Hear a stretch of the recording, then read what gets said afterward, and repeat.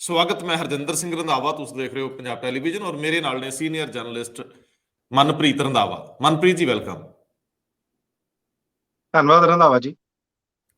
ਮਨਪ੍ਰੀਤ ਜੀ, ਅਸੀਂ ਦੋ ਸਿਧਾਂਤਕ ਗੱਲਾਂ ਤੋਂ ਬਾਅਦ ਖਬਰਾਂ ਵੱਲ ਵਧਾਂਗੇ। ਦੋ ਵੱਡੇ ਸਵਾਲ ਜਿਨ੍ਹਾਂ ਦੇ ਉੱਤੇ ਆਮ ਲੋਕਾਂ ਦੀ ਰਾਏ ਬਹੁਤ ਅਹਿਮ ਆ। ਸੂਝਵਾਨ ਸਰੋਤੇ ਨੇ, ਮੈਂ ਚਾਹੂੰਗਾ ਕਿ ਉਹ ਆਪਣਾ ਪੱਖ ਰੱਖਣ। ਕੁਝ ਦਿਨ ਪਹਿਲਾਂ ਅਕਾਲੀ ਦਲ ਦੇ ਵੱਡੇ ਸਲਾਹਕਾਰ ਹਰਚਰਨ ਬੈਂਸ, ਜਿਹੜੇ ਬਾਦਲ ਸਾਹਿਬ ਨਾਲ ਸਾਲਾਂ ਤੋਂ ਨੇ, ਉਹਨਾਂ ਨੇ ਮੇਰੇ ਨਾਲ ਇੱਕ ਮਾਮਲੇ 'ਚ ਲੰਬੀ ਗੱਲਬਾਤ ਕੀਤੀ। ਹਰਚਰਨ ਬੈਂਸ ਸਿਆਣੇ ਲੋਕਾਂ 'ਚ ਮੰਨੇ ਜਾਂਦੇ ਔਰ ਅਕਾਲੀ ਦਲ ਦੇ ਦਿਮਾਗ ਵਜੋਂ ਵੀ ਉਹਨਾਂ ਨੂੰ ਲਿਆ ਜਾਂਦਾ ਰਿਹਾ। ਉਹ ਮੈਨੂੰ ਕਹਿੰਦੇ ਕਿ ਅਕਾਲੀ ਦਲ ਨੂੰ ਬਦਨਾਮ ਕਰਨ ਲਈ ਇੱਕ ਸੋਚੀ ਸਮਝੀ ਸਾਜ਼ਿਸ਼ ਸੀਗੀ, ਜਿਹੜੀ ਸਾਲਾਂ ਤੋਂ ਕਾਰਜਸ਼ੀਲ ਸੀ, ਜਿਹਨੇ ਸਲਾਈਟਲੀ ਆਪਣਾ ਵਰਕ ਕੀਤਾ ਹੈ ਔਰ ਸਿੱਖਾਂ ਦੀ ਨੁਮਾਇੰਦਾ ਜਮਾਤ ਨੂੰ ਔਰ ਖਾਸ ਤੌਰ ਤੇ ਪੰਜਾਬ ਦੀ ਖੇਤਰੀ ਪਾਰਟੀ ਨੂੰ ਨੁਕਸਾਨ ਪਹੁੰਚਾਉਣ ਲਈ ਇੱਕ ਵਿਧੀਵਤ ਤਰੀਕਾ ਅਪਣਾਇਆ ਗਿਆ। ਇਹਦੇ 'ਚ ਕਿਹੜੀਆਂ ਧਿਰਾਂ ਤੇ ਕੌਣ-ਕੌਣ ਸਰਗਰਮ ਹੈ, ਇਹਦੀ ਨਿਸ਼ਾਨਦੇਹੀ ਕਰਨ ਤੋਂ ਪਹਿਲਾਂ ਇਹ ਜਾਣਨਾ ਬੜਾ ਜ਼ਰੂਰੀ ਆ ਕਿ ਅਕਾਲੀ ਦਲ ਨੂੰ ਟਾਰਗੇਟ ਤੇ ਲੈ ਕੇ ਸਿੱਖਾਂ ਦੇ ਮਸਲੇ ਉਠਾਉਣ ਵਾਲੀ ਧਿਰ ਮਾਰਨ ਦਾ ਯਤਨ ਹੋਇਆ ਔਰ ਦੂਜੇ ਬੰਨੇ ਪੰਜਾਬ ਦੀ ਖੇਤਰੀ ਪਾਰਟੀ, ਜਿਹੜੇ ਇਸ ਖੇਤਰ ਨੂੰ ਲੈ ਕੇ ਸਦਾ ਸੰਘਰਸ਼ੀਲ ਰਹੀ, ਉਹਨੂੰ ਹਾਸ਼ੀਏ ਤੇ ਕਰਨ ਦੀ ਕਵਾਇਦ ਰਹੀ ਆ। ਮੈਂ ਉਹਨਾਂ ਨਾਲ ਇੱਥੇ ਲੰਬੀ ਗੱਲਬਾਤ ਕੀਤੀ। ਅਸੀਂ ਇੱਕ ਡਿਬੇਟ ਦੇ ਵਿੱਚ ਵੀ ਚਾਹੁੰਦੇ ਸੀ ਉਹਨਾਂ ਨਾਲ ਗੱਲ ਕਰੀਏ, ਪਰ ਉਸ ਤੋਂ ਪਹਿਲਾਂ ਮੈਂ ਇਹ ਸਵਾਲ ਸੂਝਵਾਨ ਸਰੋਤਿਆਂ ਦੇ ਸਾਹਮਣੇ ਰੱਖਣਾ ਚਾਹੁੰਦਾ ਹਾਂ ਕਿ ਕੀ ਇਸ ਗੱਲ ਨੂੰ ਤੁਸੀਂ ਕਿਵੇਂ ਲੈਂਦੇ ਹੋ? ਇਹਦੇ ਉੱਤੇ ਤੁਹਾਡੀ ਰਾਏ ਕੀ ਆ ਕਿ ਕੀ ਪੰਜਾਬ ਦੀ ਖੇਤਰੀ ਪਾਰਟੀ ਨੂੰ ਮਾਰਨ ਲਈ ਕੋਈ ਬਾਹਰੀ ਲੋਕ ਜ਼ਿੰਮੇਵਾਰ ਆ, ਕੋਈ ਤਾਕਤਾਂ ਨੇ ਜਿਹੜੀਆਂ ਸਾਜ਼ਿਸ਼ ਕਰ ਰਹੀਆਂ ਨੇ? ਪੰਜਾਬ ਦੀ ਸਿੱਖਾਂ ਦੀ ਨੁਮਾਇੰਦਾ ਜਮਾਤ ਜੇਕਰ ਹੌਲੀ ਹੌਲੀ ਹਾਸ਼ੀਏ ਵੱਲ ਜਾਂਦੀ ਪਈ ਹੈ ਤਾਂ ਉਹਦੇ ਵਿੱਚ ਕੌਣ-ਕੌਣ ਜ਼ਿੰਮੇਵਾਰ ਨੇ? ਇਹਦੇ ਉੱਤੇ ਤੁਸੀਂ ਆਪਣੀ ਰਾਏ ਦਿਓ, ਫਿਰ ਇਹਦੇ ਉੱਤੇ ਇੱਕ ਅੱਗੇ ਬਹਿਸ ਵਧਾਵਾਂਗੇ। ਦੂਜਾ ਇੱਕ ਸਿਧਾਂਤਕ ਸਵਾਲ ਖੜਾ ਹੋ ਗਿਆ ਕਿ ਕਾਂਗਰਸ ਪਾਰਟੀ ਦੇ ਪ੍ਰਧਾਨ ਨਵਜੋਤ ਸਿੰਘ ਸਿੱਧੂ ਅੰਮ੍ਰਿਤਸਰ ਦੇ ਵਿੱਚ ਇੱਕ ਪੱਤਰਕਾਰਾਂ ਦੇ ਸਮੂਹ ਨਾਲ ਗੱਲ ਕਰ ਰਹੇ ਸੀ, ਜਿਨ੍ਹਾਂ ਦੇ ਖੱਬੇ ਹੱਥ ਹਰਮਿੰਦਰ ਗਿੱਲ ਖੜੇ ਸੀ ਔਰ ਉਹਨਾਂ ਦੇ ਐਨ ਪਿੱਛੇ ਸੁਲਤਾਨਪੁਰ ਲੋਧੀ ਤੋਂ ਨਵਤੇਜ ਚੀਮਾ ਐਮਐਲਏ ਖੜੇ ਸੀਗੇ। ਉਹ ਕਹਿੰਦੇ ਆ ਕਿ ਮੈਂ ਦਿਉਂ ਆਪਣਾ 13 ਨਕਾਤੀ ਪ੍ਰੋਗਰਾਮ, ਮੈਂ ਦਿਉਂ ਤਾਂ ਜੇ ਰਾਹੁਲ ਗਾਂਧੀ, ਮੇਰੇ ਬੌਸ ਰਾਹੁਲ ਗਾਂਧੀ, ਪ੍ਰਿਯੰਕਾ ਗਾਂਧੀ ਤੇ ਮੈਡਮ ਕਹਿਣਗੇ, ਉਹਨਾਂ ਦੇ ਕਹਿਣ ਤੇ ਦਿਉਂ। ਜੇ ਪਾਰਟੀ ਚਾਹੂਗੀ ਕਿ ਮੈਂ ਆਪਣਾ ਪ੍ਰੋਗਰਾਮ ਅੱਗੇ ਵਧਾਵਾਂ ਤੇ ਮੈਂ ਦਿਉਂ ਜ਼ਰੂਰ। ਇਹਦਾ ਮਤਲਬ ਨਵਜੋਤ ਸਿੰਘ ਸਿੱਧੂ ਅਜੇ ਕਾਂਗਰਸ ਦੇ ਪਲੇਟਫਾਰਮ ਤੇ ਨਹੀਂ ਗਏ, ਅਜੇ ਉਹਨਾਂ ਨੇ ਆਪਣਾ ਕੰਮ ਸ਼ੁਰੂ ਕਰਨਾ ਹੈ। ਉਹਨਾਂ ਨੂੰ ਕੰਮ ਸ਼ੁਰੂ ਕਰਨ ਲਈ ਨਹੀਂ ਕਿਹਾ ਗਿਆ, ਮਤਲਬ ਉਹਨਾਂ ਨੂੰ ਚਿਹਰਾ ਅਨਾਉਂਸ ਨਹੀਂ ਕੀਤਾ। ਜਿੰਨਾ ਚਿਰ ਉਹਨਾਂ ਨੂੰ ਚਿਹਰਾ ਅਨਾਉਂਸ ਨਹੀਂ ਕੀਤਾ ਜਾਊਗਾ ਉਹ ਕੰਮ ਨਹੀਂ ਕਰਨਗੇ। ਤੁਸੀਂ ਉਸ ਵੀਡੀਓ ਨੂੰ ਵੱਖ-ਵੱਖ ਥਾਵਾਂ ਤੋਂ ਵੇਖ ਸਕਦੇ ਹੋ। ਬਾਡੀ ਲੈਂਗੁਏਜ ਔਰ ਸ਼ਬਦਾਂ ਨੂੰ ਜਮਾ ਟਟੋਲੋਗੇ ਤੇ ਅਜੇ ਪੰਜਾਬ ਦੀ ਰਾਜਨੀਤੀ ਖੁੱਲੀ ਹੋਈ ਆ। ਚੰਨੀ ਸਿੱਧੂ ਚਿਹਰਾ ਇਕੱਠੇ ਨਹੀਂ ਗੇ। ਜੇ ਸਿੱਧੂ ਚਿਹਰਾ ਹੋਊਗਾ ਤੇ ਉਹ ਅੱਗੇ ਤੁਰੂਗਾ, ਨਹੀਂ ਤੇ ਉਹ ਕੰਪੇਨ ਨਹੀਂ ਕਰਨਗੇ। ਅੱਛਾ, ਤੀਜੀ ਗੱਲ ਸਭ ਤੋਂ ਅਹਿਮ ਕਿ ਕੱਲ ਕੈਪਟਨ ਨੇ ਸਿਸਮਾਂ ਦੇ ਵਿੱਚ ਆਪਣੇ ਪੁਰਾਣੇ ਸਾਥੀ, ਜਿਨ੍ਹਾਂ ਦੇ ਵਿੱਚ ਇੰਟੈਲੈਕਚੁਅਲ ਸੀਗੇ, ਪੁਰਾਣੇ ਵਾਈਸ ਚਾਂਸਲਰ ਸੀਗੇ, ਉਹ ਬੁਲਾਏ ਸੀਗੇ। ਮੰਥਨ ਹੋ ਰਿਹਾ ਸੀ ਔਰ ਉਸ ਤੋਂ ਬਾਅਦ ਕੈਪਟਨ ਸਾਹਿਬ ਦੀ ਇੱਕ ਇੰਟਰਵਿਊ ਵੀ ਚਰਚਾ 'ਚ ਹੈ ਕਿ ਮੈਂ ਭਾਜਪਾ ਲਈ ਪ੍ਰਚਾਰ ਕਰਾਂਗਾ ਤੇ ਮੈਂ ਚਾਹੂੰਗਾ ਕਿ ਮੋਦੀ ਮੇਰੇ ਲਈ ਪ੍ਰਚਾਰ ਕਰਨ। ਇੱਥੇ ਵੀ ਇੱਕ ਸਿਧਾਂਤਕ ਸਵਾਲ ਆ ਕਿ ਪਹਿਲਾਂ ਅਕਾਲੀਆਂ ਦੇ ਖਿਲਾਫ ਖੂੰਡਾ ਖੜਕਾਉਣ ਵਾਲੇ ਕੈਪਟਨ ਐਤਕਾ ਅਕਾਲੀਆਂ ਦੇ ਖਿਲਾਫ ਕੀ ਬੋਲਣਗੇ? ਉਹ ਕਿਹੜੀ ਪਾਰਟੀ ਦੇ ਖਿਲਾਫ ਕਿੰਜ ਪ੍ਰਚਾਰ ਕਰਨਗੇ? ਕਾਂਗਰਸ ਦੇ ਖਿਲਾਫ ਉਹ ਕਿਵੇਂ ਜਾਣਗੇ ਔਰ ਭਾਰਤੀ ਜਨਤਾ ਪਾਰਟੀ ਨੂੰ ਉਹ ਕਿਵੇਂ ਕੋਸਣਗੇ? ਸਵਾਲ ਤੇ ਸਭ ਤੋਂ ਵੱਡਾ ਹੈ ਕਿ ਜਦੋਂ ਤੁਸੀਂ ਮੰਚ ਤੋਂ ਬੋਲਣਾ ਹੈ ਤਾਂ ਕਿਸੇ ਨੂੰ ਤਾਂ ਨਿਸ਼ਾਨੇ ਤੇ ਲੈਣਾ ਪਊਗਾ। ਕੀ ਤੁਸੀਂ ਸਿਰਫ ਨੈਸ਼ਨਲ ਸਿਕਿਉਰਿਟੀ ਤੇ ਬੋਲ ਕੇ ਅੱਗੇ ਵੱਧ ਸਕਦੇ ਹੋ? ਪ੍ਰਨੀਤ ਕੌਰ ਨੂੰ ਜਿਹੜਾ ਨੋਟਿਸ ਜਾਰੀ ਹੋਇਆ ਉਹਦੇ ਕੀ ਅਰਥ ਆ?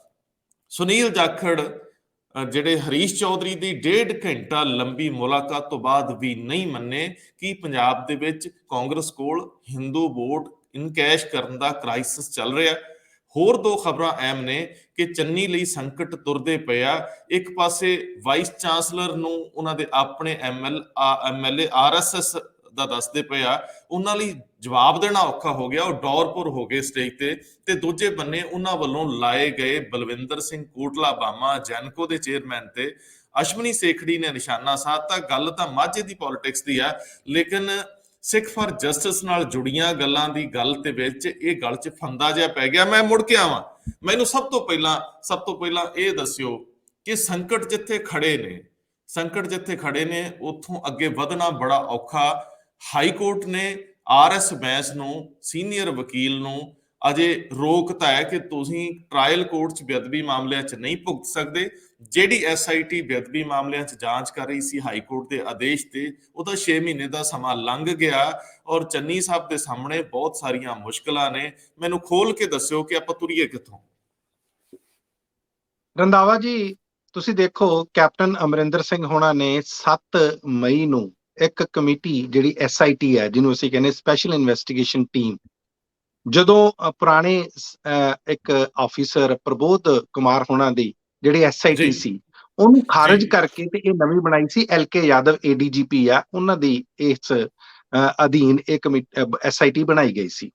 ਇਹਦਾ ਮੈਂਡੇਟ ਇਹ ਸੀ ਕਿ ਤੁਸੀਂ 6 ਮਹੀਨੇ ਦੇ ਅੰਦਰ ਅੰਦਰ ਆਪਣੀ ਰਿਪੋਰਟ ਦਿਓ, ਖੋਜਬੀਨ ਕਰੋ, ਜਾਂਚ ਕਰੋ, ਤਾਂ ਕਿ ਲੋਕਾਂ ਸਾਹਮਣੇ ਉਸ ਚੀਜ਼ ਦਾ ਇਨਸਾਫ ਆਵੇ। ਮੈਂ ਥੋੜਾ ਜਿਹਾ ਦੱਸਦਾ ਕਿ ਐਸਆਈਟੀ ਕਾਹਤੇ ਬਣੀ ਸੀ। 14 ਅਕਤੂਬਰ ਸਨ 2015 ਨੂੰ ਜੋ ਬਹਿਬਲ ਕਲਾਂ ਤੇ ਉਸ ਤੋਂ ਬਾਅਦ ਕੋਟਕਪੂਰੇ ਉਸੇ ਦਿਨ ਹੋਇਆ ਸੀ। ਇੱਕ ਬਹਿਬਲ ਕਲਾਂ ਦੇ ਵਿੱਚ 2 ਜਿਹੜੇ ਸੀ ਵਿਅਕਤੀ ਜਿਹੜੇ ਧਰਨਾ ਪ੍ਰਦਰਸ਼ਨ ਦੇ ਰਹੇ ਸੀ, ਉਹਨਾਂ ਦੀ ਮੌਤ ਹੁੰਦੀ ਆ ਤੇ ਕੋਟਕਪੂਰਾ ਦੇ ਵਿੱਚ ਬਹੁਤ ਸਾਰੇ ਲੋਕ ਇੰਜਰਡ ਹੁੰਦੇ ਨੇ, ਜ਼ਖਮੀ ਹੁੰਦੇ ਨੇ, ਪੁਲਿਸ ਵੱਲੋਂ ਜਿਹੜੀ ਗੋਲੀਬਾਰੀ ਕੀਤੀ ਜਾਂਦੀ ਹੈ।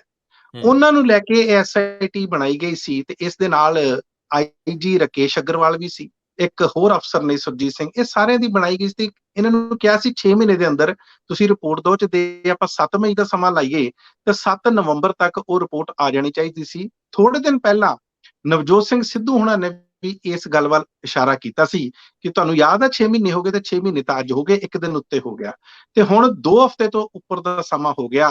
ਨਾਲ ਹੀ ਤੁਸੀਂ ਇਹ ਗੱਲ ਕਹਿੰਦੇ ਹੋ ਕਿ ਜਦੋਂ ਸਪੈਸ਼ਲ ਪਬਲਿਕ ਪ੍ਰੋਸੀਕਿਊਟਰ ਆਰ.ਐਸ. ਬੈਂਸ ਹੁਣਾਂ ਨੂੰ ਕੋਰਟ ਵੱਲੋਂ ਹੁਣ ਇਹ ਕਹਿ ਦਿੱਤਾ ਜਾਂਦਾ ਕਿ ਤੁਸੀਂ ਹਜੇ ਇਸ ਮਾਮਲੇ 'ਚ ਪੇਸ਼ ਨਹੀਂ ਹੋ ਸਕਦੇ। ਇੱਕ ਜਿਹੜੇ ਇੰਸਪੈਕਟਰ ਨੇ ਉਹ ਉਹਨਾਂ ਦੇ ਖਿਲਾਫ ਪਟੀਸ਼ਨ ਦਾਇਰ ਕਰਦੇ ਨੇ। 17 ਦਸੰਬਰ ਤੱਕ ਦੀ ਤਰੀਕ ਪੈ ਜਾਂਦੀ ਆ ਤੇ ਇੱਧਰ ਜਦੋਂ ਡੀਐਸ ਪਟਵਾਲੀਆ ਐਡਵੋਕੇਟ ਜਨਰਲ ਉਹਨਾਂ ਨੂੰ ਪੁੱਛਿਆ ਜਾਂਦਾ ਕਿ ਭਾਈ ਇਸ ਕੇਸ ਦਾ ਕੀ ਬਣੂ, ਕਦੋਂ ਤੱਕ ਆਊਗੀ, ਤੇ ਉਹ ਵੀ ਚੁੱਪੀ ਵੱਟ ਜਾਂਦੇ ਨੇ। ਮੈਨੂੰ ਲੱਗਦਾ ਸਰਕਾਰ ਕਿਤੇ ਨਾ ਕਿਤੇ ਕਨਫਿਊਜ਼ ਆ। ਪਹਿਲਾਂ ਤਾਂ ਇਹਨਾਂ ਤੋਂ ਆਪਣਾ ਏਜੀ ਨਹੀਂ ਲਾਇਆ ਗਿਆ। ਏਪੀਐਸ ਦਿਓਲ ਤੇ ਹੀ ਬੜੀਆਂ ਚਰਚਾਵਾਂ ਹੁੰਦੀਆਂ ਰਹੀਆਂ। ਜਦੋਂ ਉਹਨਾਂ ਨੂੰ ਹਟਾਇਆ ਤੇ ਫਿਰ ਡੀਐਸ ਪਟਵਾਲੀਆ ਸਾਹਿਬ ਨੂੰ ਲੈ ਕੇ ਆਂਦਾ ਗਿਆ। ਲੇਕਿਨ ਤੁਹਾਨੂੰ ਪਤਾ ਪਿਛਲੇ ਦਿਨਾਂ ਦੇ ਵਿੱਚ ਸਰਕਾਰ ਨੂੰ ਕਿਸ ਤਰ੍ਹਾਂ ਦੀ ਨਮੋਸ਼ੀ ਝੱਲਣੀ ਪਈ ਪੰਜਾਬ ਤੇ ਹਰਿਆਣਾ ਹਾਈ ਕੋਰਟ ਦੇ ਵਿੱਚ, ਖਾਸ ਤੌਰ ਤੇ ਬੱਸਾਂ ਦੇ ਮਾਮਲੇ ਨੂੰ ਲੈ ਕੇ। ਤੇ ਹੁਣ ਉਸੇ ਤਰ੍ਹਾਂ ਦੀ ਨਮੋਸ਼ੀ ਹੈ ਜਿਹੜੀ ਉਹ ਦੂਸਰੇ ਬੇਅਦਬੀ ਦੇ ਮਾਮਲੇ ਹੋਣ, ਗੋਲੀਕਾਂਡ ਦੇ ਮਾਮਲੇ ਹੋਣ ਤੇ ਡਰੱਗ ਮਾਮਲੇ ਹੋਣ, ਉਹਨਾਂ 'ਚ ਵੀ ਝੱਲਣੀ ਜਿਹੜੀ ਆ ਉਹ ਪੈ ਸਕਦੀ ਆ। ਸਮਾਂ ਲੰਘ ਰਿਹਾ, ਸਮਾਂ ਹੈ ਨਹੀਂ, ਉਹ ਆਪਾਂ ਨੂੰ ਸਾਰਿਆਂ ਨੂੰ ਪਤਾ। ਤੇ ਜੇ 17 ਦਸੰਬਰ ਦੀ ਤਰੀਕ ਪਬਲਿਕ ਪ੍ਰੋਸੀਕਿਊਟਰ ਆ ਉਹਨਾਂ ਤੇ ਪੈ ਗਈ ਤੇ ਫਿਰ ਬਾਕੀ ਸਮਾਂ ਬਚਦਾ ਹੀ ਕੀ ਆ। ਸੋ ਮੇਰਾ ਕਹਿਣ ਦਾ ਮਤਲਬ ਆ ਕਿ ਜੇ ਇਹ ਸਾਰਾ ਕੁਝ ਸਮੇਂ ਸਿਰ ਹੋਇਆ ਹੁੰਦਾ ਤੇ ਅੱਜ ਲੋਕਾਂ ਨੂੰ ਇਨਸਾਫ ਮਿਲਣ ਦੀ ਗੱਲ ਹੋਈ ਹੁੰਦੀ। ਇਹੀ 5 ਸਾਲ ਲੰਘ ਗਏ, ਇਹੀ ਲੋਕਾਂ ਨੇ ਵਾਅਦੇ ਕਰਕੇ ਜਿਹੜੀ ਸੱਤਾ ਹਥਿਆ ਲਈ ਸੀ ਵਿਰੋਧੀ ਪਾਰਟੀਆਂ ਤੋਂ, ਤੇ ਲੇਕਿਨ 5 ਸਾਲ ਲੰਘਣ ਤੋਂ ਬਾਅਦ ਵੀ ਹੋਇਆ ਕੁਛ ਨਹੀਂ, ਇਨਸਾਫ ਕਿਸੇ ਨੂੰ ਨਹੀਂ ਮਿਲਿਆ।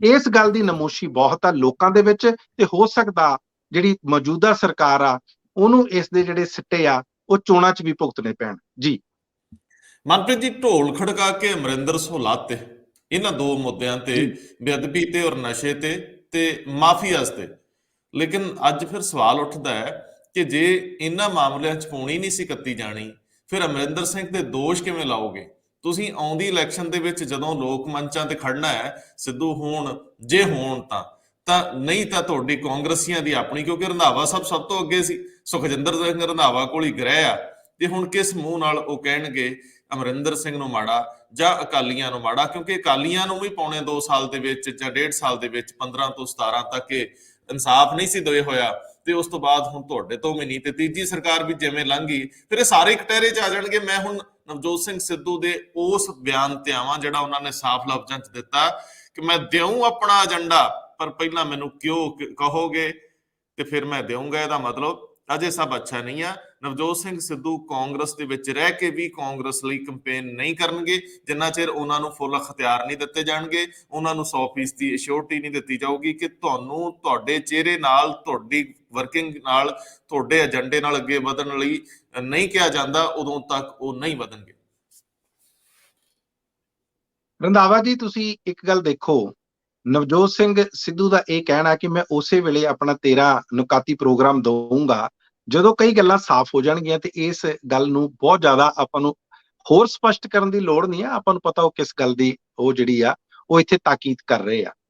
ਬੜਾ ਸਪਸ਼ਟ ਆ ਤੇ ਬੜਾ ਸਾਫ਼ ਆ ਕਿ ਕਿਸੇ ਨਾ ਕਿਸੇ ਤਰ੍ਹਾਂ ਨਵਜੋਤ ਸਿੰਘ ਸਿੱਧੂ ਹਰ ਮੁੱਦੇ ਤੇ, ਔਰ ਖਾਸ ਤੌਰ ਤੇ ਜਦੋਂ ਆਰਥਿਕ ਮੁੱਦੇ ਆ ਉਹਨਾਂ ਤੇ ਲਗਾਤਾਰ ਘੇਰਨ ਦੀ ਕੋਸ਼ਿਸ਼ ਕਰ ਰਹੇ ਆ। ਤੁਸੀਂ ਦੇਖੋ ਜਦੋਂ ਕੇਬਲ ਜਿਹੜੇ ਰੇਟ ਸੀਗੇ ਉਹ 100 ਰੁਪਏ ਤੱਕ ਚੀਫ ਮਿਨਿਸਟਰ ਚਰਨਜੀਤ ਸਿੰਘ ਚੰਨੀ ਨੇ ਕਿਹਾ ਕਿ ਇਸ ਤੋਂ ਵੱਧ ਨਹੀਂ ਲੈਣੇ। ਈਵਨ ਕਿ ਜਿਹੜੇ ਕੇਬਲ ਆਪਰੇਟਰ ਸੀ ਉਹ ਵੀ ਬੋਲ ਪਏ ਕਿ ਇਹ ਤੁਹਾਡੇ ਅਧਿਕਾਰ ਖੇਤਰ 'ਚ ਹੀ ਨਹੀਂ ਆ।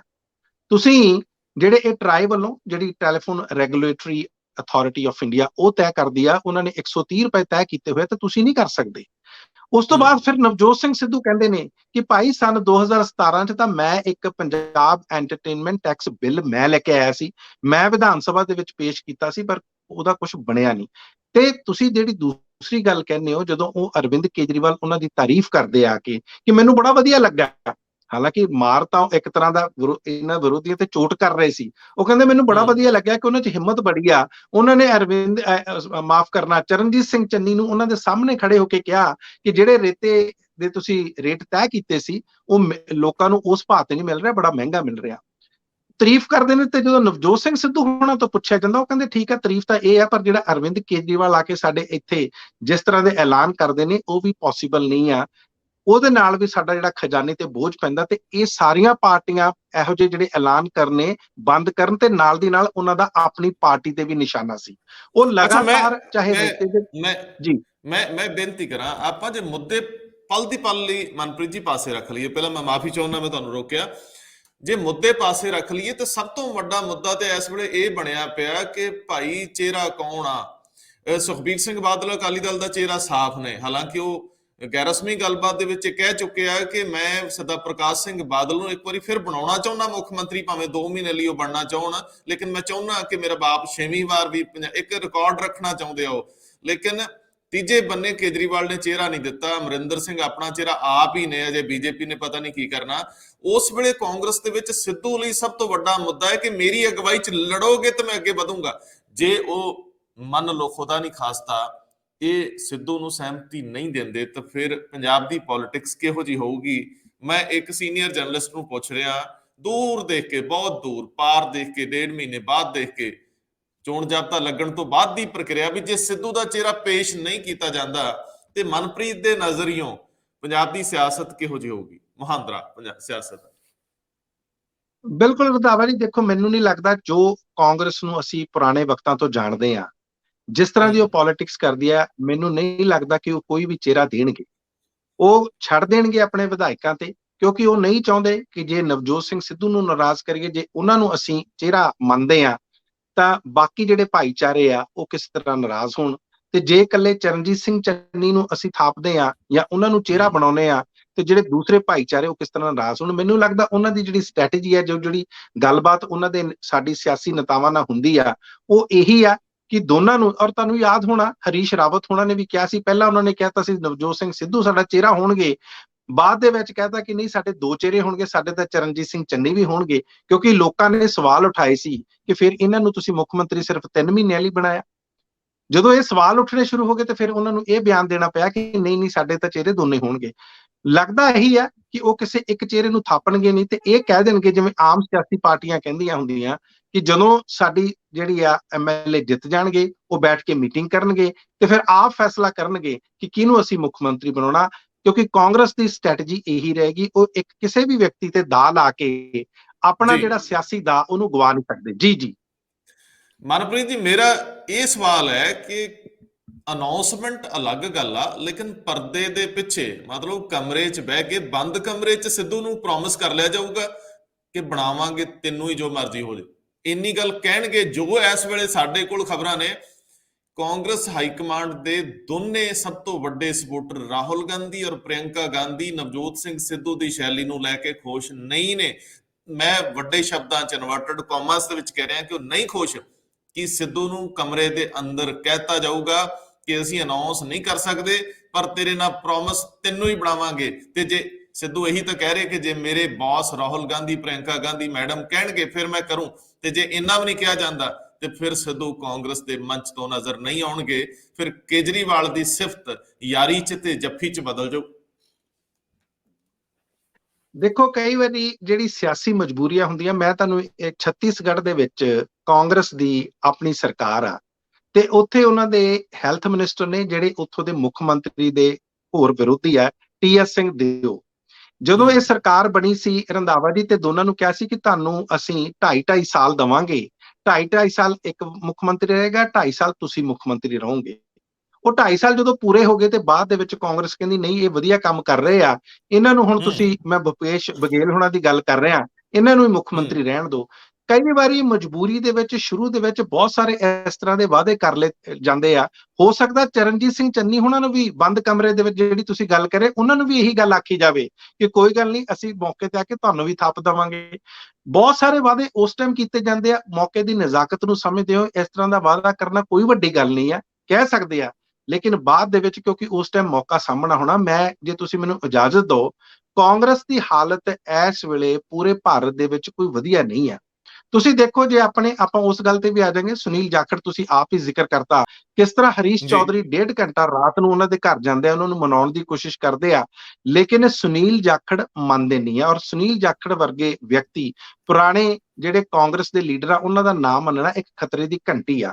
ਮਨੀਸ਼ ਤਿਵਾੜੀ, ਆਪਾਂ ਨੂੰ ਪਤਾ ਹੈ ਕਿਸ ਤਰ੍ਹਾਂ ਜਿਹੜਾ ਉਹਨਾਂ ਦੀ ਕਿਤਾਬ ਆਈ ਆ, ਉਸ ਕਿਤਾਬ ਦੇ ਵਿੱਚ ਕਾਂਗਰਸ ਦੀ ਉਹਨਾਂ ਨੇ ਸਵਾਲ ਖੜੇ ਕੀਤੇ ਆ। ਜਦੋਂ 26/11 ਨੂੰ ਸਨ 2008 ਦੇ ਵਿੱਚ ਬੰਬਈ ਦੇ ਵਿੱਚ ਹਮਲਾ ਹੁੰਦਾ, ਕਿਸ ਤਰ੍ਹਾਂ ਉਹ ਕਹਿੰਦੇ ਆ ਕਿ ਜਿਹੜੀ ਕਾਂਗਰਸ ਸੀ ਉਹ ਫੇਲ ਰਹੀ, ਮੌਕੇ ਤੇ ਜਵਾਬ ਨਹੀਂ ਦੇ ਸਕੀ, ਉਸ ਦਾ ਢੁਕਵਾਂ ਜਵਾਬ ਨਹੀਂ ਦੇ ਸਕੀ।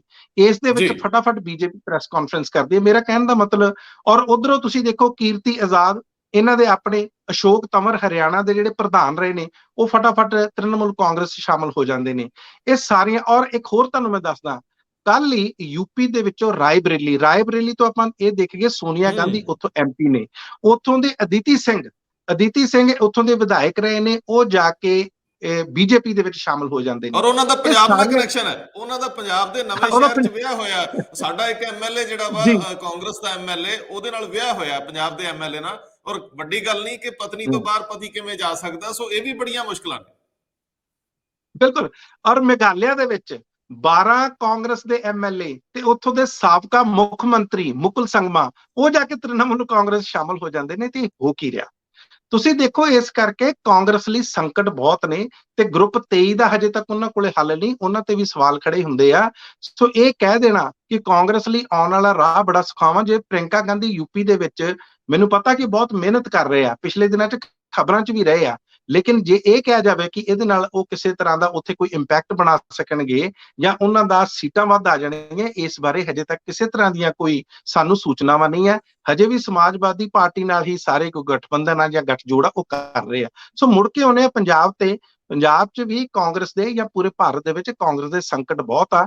ਇਸ ਕਰਕੇ ਇਹਨਾਂ ਸਾਰਿਆਂ ਨੂੰ ਬੜੇ ਫੂਕ ਕੇ ਕਦਮ ਰੱਖਣੇ ਪੈਣਗੇ। ਔਰ ਜਿਹੜੀ ਗੱਲ ਤੁਸੀਂ ਕਹੀ ਆ, ਜੇ ਰਾਹੁਲ ਗਾਂਧੀ, ਪ੍ਰਿੰਕਾ ਗਾਂਧੀ, ਨਵਜੋਤ ਸਿੰਘ ਸਿੱਧੂ ਦੀ ਇਸ ਸ਼ੈਲੀ ਤੋਂ ਨਾਰਾਜ਼ ਨੇ ਕਿ ਉਹ ਆਪਣੀ ਸਰਕਾਰ ਤੇ ਹਮਲੇ ਕਰੀ ਜਾਂਦੇ ਨੇ ਜਾਂ ਆਪਣੇ ਆਪ ਨੂੰ ਕਿਸੇ ਤਰ੍ਹਾਂ ਪ੍ਰੋਜੈਕਟ ਕਰ ਰਹੇ ਨੇ, ਤੇ ਕਿਤੇ ਨਾ ਕਿਤੇ ਉਹ ਠੀਕ ਵੀ ਆ।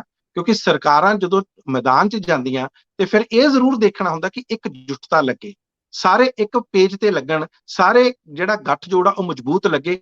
ਜੇ ਮਜ਼ਬੂਤ ਰਹਿਣਗੇ ਤੇ ਫਿਰ ਲੜਨਗੇ, ਤੇ ਫਿਰ ਨਹੀਂ ਤਾਂ ਦੁਸ਼ਮਣ ਤਾਂ ਬੈਠਾ ਹੀ ਆ ਕਦੋਂ ਇਹਨਾਂ ਤੋਂ ਚਿੱਤ ਕਰਨ ਲਈ। ਮਨਪ੍ਰੀਤ ਜੀ, ਨਾ ਅਹਿਲੀਅਤ ਤਾਂ ਫਿਰ ਉਹਨਾਂ ਦੀ ਵੀ ਗਿਣੀ ਜਾਊਗੀ, ਰਾਹੁਲ ਗਾਂਧੀ, ਪ੍ਰਿੰਕਾ ਗਾਂਧੀ ਦੀ ਵੀ, ਕਿ ਜੇਕਰ ਤੁਸੀਂ ਆਪਣੇ ਪ੍ਰਦੇਸ਼ ਪ੍ਰਧਾਨ ਨੂੰ ਤਸੱਲੀ ਨਹੀਂ ਦਵਾ ਸਕੇ, ਜੇ ਅਜੇ ਤੱਕ ਤੁਸੀਂ ਉਹਨੂੰ ਸੈਟੀਸਫਾਈ ਨਹੀਂ ਕਰ ਸਕੇ, ਉਹਨੂੰ ਰਾਹ ਤਾਂ ਦੱਸੋ ਕਿ ਉਹਨੂੰ ਵਰਤ ਕੇ ਵਸਾਰ ਦੇਣ ਦੀ ਨੀਤੀ ਹੈ ਤੁਹਾਡੀ ਕਿ ਜਿੰਨਾ ਚਿਰ ਵਰਤੇ ਜਾ ਸਕਦੇ ਵਰਤ ਲਓ।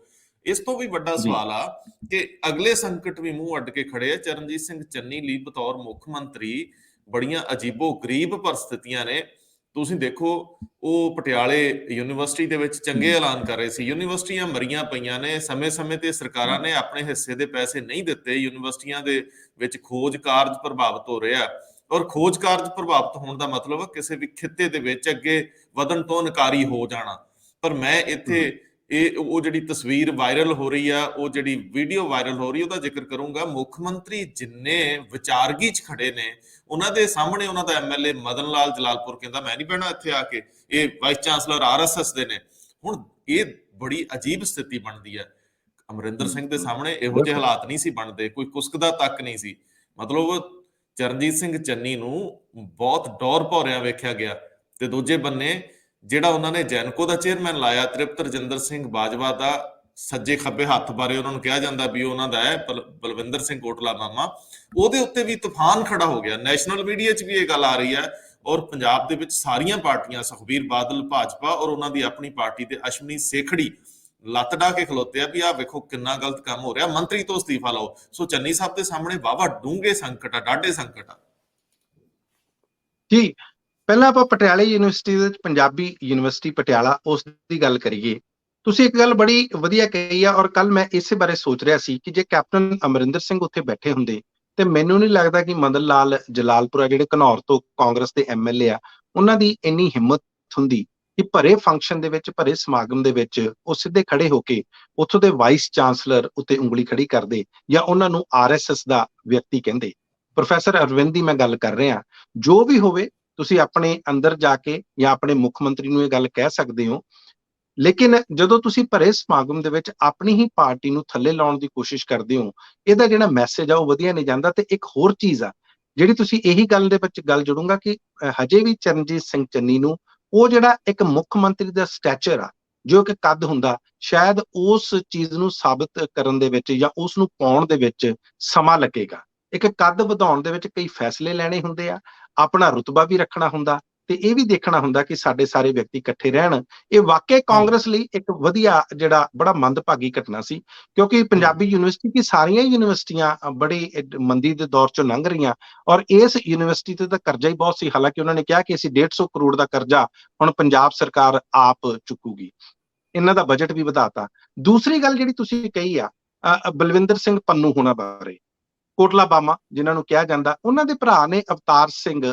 ਪੰਨੂ, ਜਿਹੜੇ ਅਮਰੀਕਾ ਦੇ ਵਿੱਚ ਨੇ ਤੇ ਸਿਕਸ ਫॉर ਜਸਟਿਸ ਦੇ ਉਪ ਸਕੱਤਰ ਨੇ। ਦੇਖੋ ਗੱਲ ਮੈਂ ਥੋੜੀ ਜਿਹੀ ਇੱਥੇ ਚਾਹੁੰਦਾ ਕਿ ਇਹ ਜਿਹੜਾ ਮਾਮਲਾ ਜ਼ਰੂਰ ਆਇਆ, ਇਹਦੇ ਵਿੱਚ ਥੋੜਾ ਜਿਹਾ ਮੈਨੂੰ ਸਮਾਂ ਦਿਓ, ਕਿਉਂਕਿ ਜਦੋਂ ਵੀ ਇਸ ਤਰ੍ਹਾਂ ਦੀਆਂ ਗੱਲਾਂ ਆਉਂਦੀਆਂ ਨੇ, ਪਹਿਲਾਂ ਨਵਜੋਤ ਸਿੰਘ ਸਿੱਧੂ ਨੂੰ ਕਿਹਾ ਕਿ ਜੇ ਇਹ ਪਾਕਿਸਤਾਨ ਜਾ ਕੇ ਇਮਰਾਨ ਖਾਨ ਨੂੰ ਆਪਣਾ ਵੱਡਾ ਭਰਾ ਕਹਿੰਦੇ ਨੇ, ਤੇ ਫਿਰ ਇੱਕ ਤਰ੍ਹਾਂ ਦਾ ਪੰਜਾਬ ਦੀ ਨੈਸ਼ਨਲ ਸਿਕਿਉਰਿਟੀ ਜਾਂ ਪੰਜਾਬ ਦੀ ਸਿਕਿਉਰਿਟੀ ਨੂੰ ਖਤਰਾ ਬਣ ਜਾਂਦਾ। ਜੱਫੀ ਪਾਉਂਦੇ ਨੇ ਤਾਂ ਖਤਰਾ ਬਣ ਜਾਂਦਾ। ਇਹ ਇੱਕ ਸੋਚੀ ਸਮਝੀ ਭਾਜਪਾ ਦੀ ਤੇ ਇਹ ਬਾਕੀ ਪਾਰਟੀਆਂ ਦੀ ਰਣਨੀਤੀ ਨਾਲ ਚੱਲ ਰਿਹਾ। ਤੇ ਹੁਣ ਆਪਾਂ ਮਾਝੇ ਤੇ ਆ ਜਾਈਏ। ਜਦੋਂ ਮਾਝੇ ਦੇ ਵਿੱਚ ਇਹ ਗੱਲ ਹੁੰਦੀ ਆ, ਫਤਿਹ ਜੰਗ ਸਿੰਘ ਬਾਜਵਾ ਤੱਕ ਇਹ ਕਹਿੰਦੇ ਨੇ ਕਿ ਐਨਆਈਏ ਦੀ ਜਾਂਚ ਹੋਣੀ ਚਾਹੀਦੀ ਆ।